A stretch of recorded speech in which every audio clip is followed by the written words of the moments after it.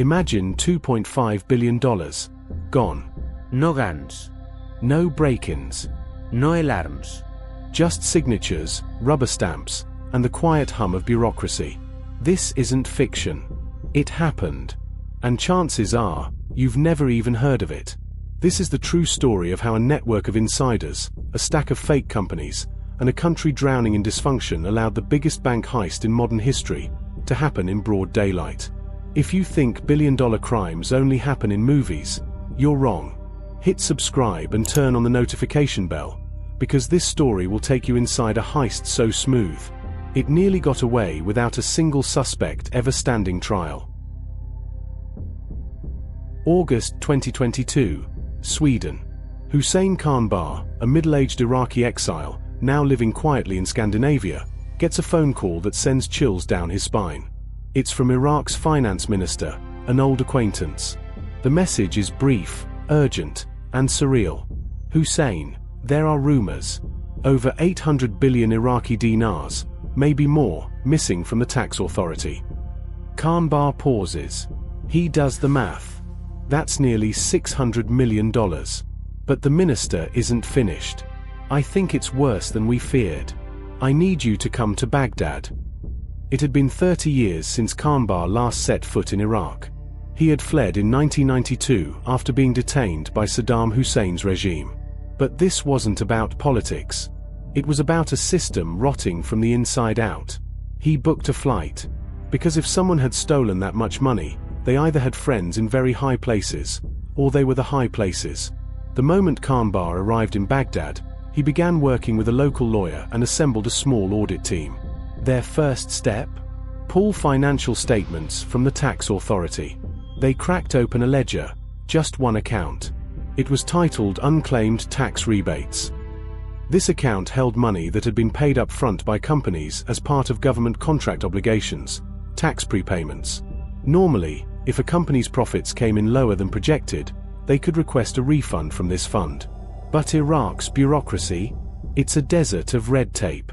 Refunds rarely happen. The money just sits. Khanbar flipped the pages of the bank document. Opening balance, trillions. Closing balance, shockingly low. The difference? 3.7 trillion Iraqi dinars are missing. That's $2.5 billion USD, drained from the account. Quietly. Over time. He looked up from the paper, stunned. This isn't a leak, he said. It's a flood. Khanbar's team started digging into transaction records. They didn't expect what they found. 247 checks had been written. All in a single year. All from the same rebate account. All issued to just 5 companies. But when they looked up these companies in the National Registry, 3 of them had been created mere weeks before the checks were issued. None had websites. None had office addresses. No employees. No public records. Nothing. These companies didn't exist. At least, not in any meaningful way. They were ghosts. Which meant the money, billions, had been handed to shadows. Rubber-stamped by real people inside real government offices. And someone was pulling those strings. Among the company records, one name kept appearing. Nuzu hair. Mid-40s. Average build. Chubby. Quiet. Not a politician. Not a warlord. Not a CEO. He dressed plainly. Spoke politely. Never raised his voice. But he had a gift. The ability to make people comfortable with corruption. A watch here. A briefcase there. Small favors. Big promises. Zuhair didn't need to force his way into meetings. He was invited. The deeper Khanbar looked, the more he realized. This wasn't just the work of a clever conman. It was a coordinated machine. One that had been allowed to operate because every cog in the system, every clerk, every accountant, every official, either looked away, or took their cut. And the true scale of what Zuhair was building? It would soon shake the entire nation. Baghdad. Nicholas Pelham, a correspondent investigating the case, stood outside a modest grey building with chipped paint and cracked windows. The General Commission for Taxes. It was from this exact building, over months, that $2.5 billion quietly walked out the front door. Nicholas entered. Surprisingly, there were no metal detectors. No ID checks. No, security guards said, "Ping him." He was shown directly to the 5th floor, where he began asking officials how something like this could happen. As he was about to leave, a man pulled him aside. He said, "You just walked through the same door Zuhair used to enter, whenever he liked." No escort. No clearance. No appointment. Nu would leave his security team downstairs, stroll straight into the building, and enter any room he pleased. He didn't ask for refunds, he ordered them. And every single one was approved. In Iraq, getting a large tax rebate check requires 12 signatures. That's 12 separate approvals from various government departments. Each one is supposed to act as a safeguard. The process should take weeks, sometimes even months. But for Zuhair, he got 12 signature approvals in 24 hours. How? 2 reasons: bribes and fear. Zuhair was connected to powerful political blocs. He had allies at the top, and he wasn't shy about letting people know it. One by one, the bureaucracy folded.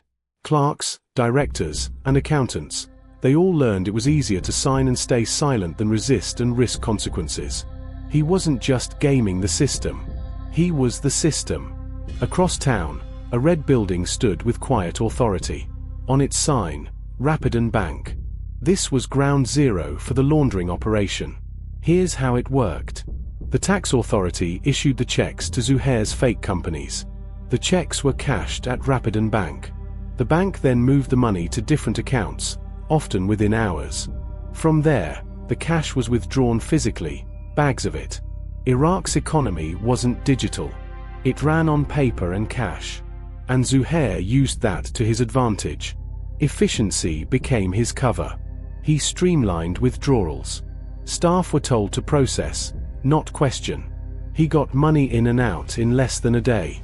He had the managers, the tellers, the van drivers, all on his payroll.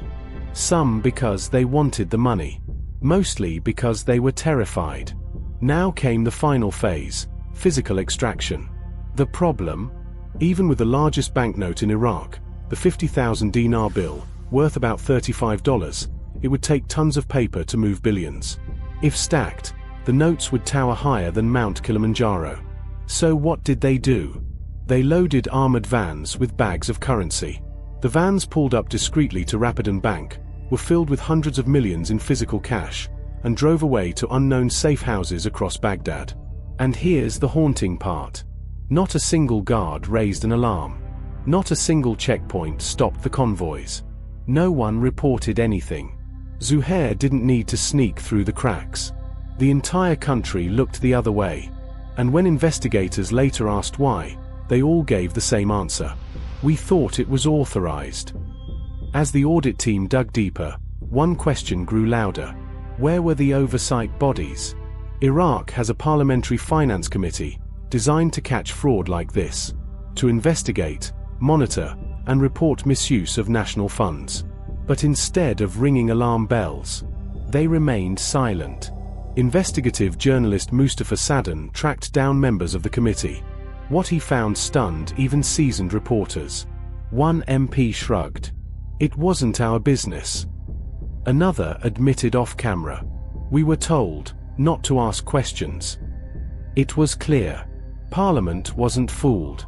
They were complicit. Behind every withdrawal was a signature.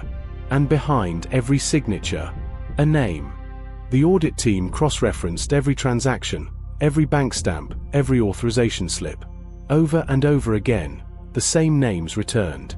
Directors in the tax authority, managers at Rapidan Bank, deputy ministers in the finance department, and most damning of all, one of the checks, worth over $100 million, was signed by a senior tax official with a forged ID number. They traced the document to his desk. When questioned, he claimed he didn't notice it was missing digits. An official signature, with a fake national ID? That's not a mistake. That's collaboration. Meanwhile, whispers spread in government offices. The name New Zuhair echoed down corridors like a ghost. No one dared say it loudly. One tax official anonymously told a reporter, "We all knew. We were told not to interfere. And if we did, we'd disappear." This wasn't just about money. It was about power. Zuhair had forged deep ties with major political factions. In Iraq, these factions weren't just political parties. They were militias, business empires, and shadow governments rolled into one. Standing up to them? That meant risking your job, your family, and your life. By now, investigators had connected the dots. Fake companies, real signatures, rubber-stamped approvals, silent parliament, a public too afraid to speak. And through it all, Zuhair moved untouched.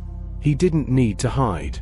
He was seen at five-star restaurants, hosting private parties, flying across borders, all while the public reeled from electricity shortages, fuel lines, and rising poverty. The people of Iraq watched their futures vanish, one cash bag at a time. This wasn't just a theft of money. It was a theft of trust, a theft of stability, a theft of hope. As the public and media outcry over the $2.5 billion heist reached a fever pitch, a secondary crisis was brewing: political collapse. At the time of the scandal, Iraq's Prime Minister was Mustafa al-Kadhimi, a Western-aligned reformist who had vowed to clean up corruption. He had ordered the audit. He had backed the arrests. But what he didn't see coming was how quickly the system he tried to fix would turn on him. Within months of the scandal's explosion, Kadhimi was forced out, replaced by his rival, Mohammed Shia al-Sudani. Sudani had the backing of pro-Iranian political blocs. And unlike Kadhimi, he had no interest in chasing ghosts, especially ghosts who were well-connected and armed.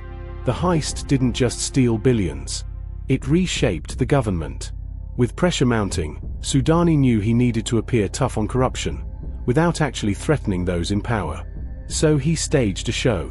In front of national cameras, officials displayed pallets of cash, seized from Zuhair's homes, cars, and accounts.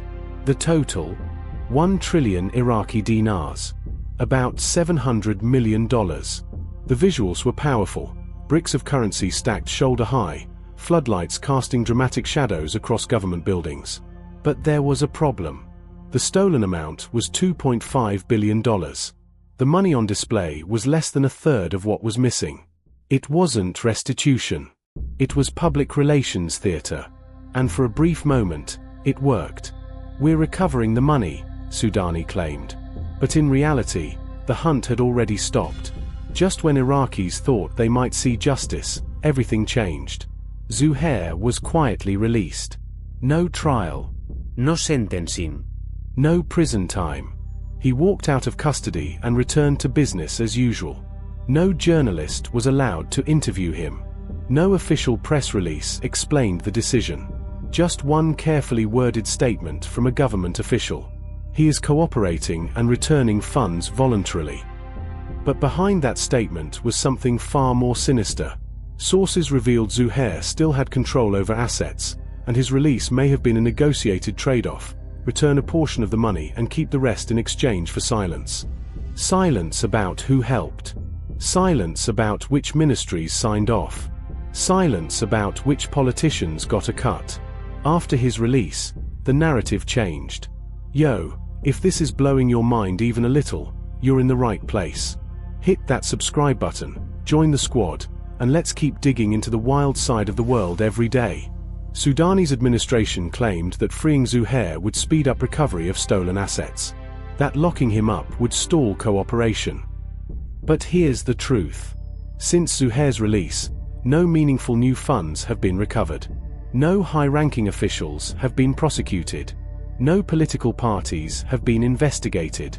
The people watched as the largest heist in Iraqi history was repackaged as a successful case of partial restitution. But what they saw was this: a prime minister ousted, a new leader using the scandal for clout, a billionaire thief walking free, and a country once again told to be quiet. This wasn't justice. This was politics, weaponized. The first domino should have been the thieves. But instead, the Iraqi judiciary turned its spotlight on those who exposed them. Investigators who pushed too far were suddenly under review. Whistleblowers were summoned to court, not as witnesses, but as defendants. One senior auditor, who led the forensic review that uncovered the fake checks, was detained for improper access to classified files. Another government official, who leaked a damning memo to the press, suspended for misconduct and breaching national interest. And just like that, the message was clear: expose the truth, and become the problem. It wasn't justice anymore.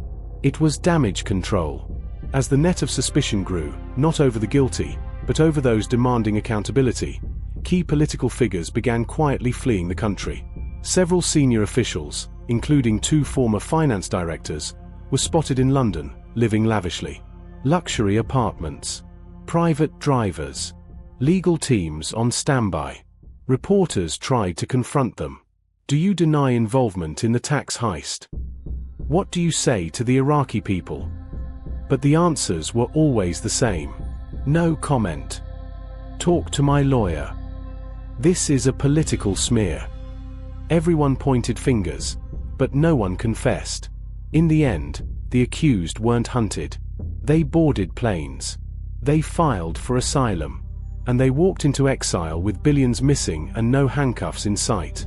Behind closed doors, international investigators and Iraqi journalists pieced together one disturbing reality. This wasn't a crime committed by one faction. This was a crime committed by all of them. The banks, the ministries, the judiciary, the political parties, on both sides of Iraq's fractured power structure. One finance ministry insider said, "Every party got a piece. That's why no one can push too hard. Because they'd be indicting themselves." And so the investigation froze. No arrests. No further audits. No return of funds. Because pulling one thread would unravel everyone's reputation, and the people in charge were all holding thread. Journalist Mustafa Sadhan, who'd spent months tracing the heist, summed it up with eerie precision. It's like murder on the Orient Express. Everyone's holding the knife. So no one can be blamed. And in that realization, Iraq's greatest theft became something worse than a crime. It became a secret pact. A shared silence. An unwritten agreement that justice had a price, and no one was willing to pay it. The billions were gone. So was trust. So was hope. Months have passed. The media frenzy has quieted. The hashtags have faded. But one thing hasn't changed. No one knows where the money went. The Iraqi government claimed to have recovered 1 trillion dinars, roughly $700 million. But the total stolen was over 3.7 trillion, nearly $2.5 billion. And since that single flashy press conference, no new recoveries have been documented. There's no transparent accounting. No third-party audit. No trail. It's as if the money was swallowed by the desert sands. And the silence. It's deafening. Around the same time the trail went cold, Baghdad experienced something strange. A construction boom. New roads. Luxury housing. Shopping centers. Private clinics and office towers are sprouting up overnight. And all of it, funded by mysterious private investors, many with ties to former government officials. One real estate broker whispered off camera, "This is where the money goes to be reborn." Laundered through land deals. Disguised as legitimate development. And no one asks questions. Because in Iraq, if you trace the money too closely, you may not live to tell the story. As the skyline rises, so does the anger. Parliament holds emergency sessions. Committees are formed. Reports are written. But justice? Nowhere. The political elite blame each other. Pro-Iranian and pro-Western factions point fingers, but no one dares dig too deep. Because behind every accusation is a shared fear. The truth would burn them all. No one resigns. No one is punished. No money is returned. And the system remains intact, because it was never designed for justice. It was designed to survive. The real crime wasn't just the theft of money. It was the destruction of belief that institutions can protect the people they serve. One journalist said it best. We thought we had a broken system. But we don't. We have a system that works exactly as it was built to enrich the powerful, silence the brave, and leave the people in the dark. And so, Iraq's biggest bank heist will likely never see justice. Billions gone. No trials. No confessions. Just shadows and skyscrapers. They didn't just steal money. They stole the people's future, their faith, their hope, and in return, left behind glass towers, silenced critics, and a quiet understanding. In Iraq, justice isn't blind. It's missing. This story isn't just about Iraq. It's about every place where power goes unchecked, where truth is punished, where silence is rewarded. Subscribe, hit the bell, and share this video, because when we forget stories like this, we become part of the silence. And silence is how it happens again.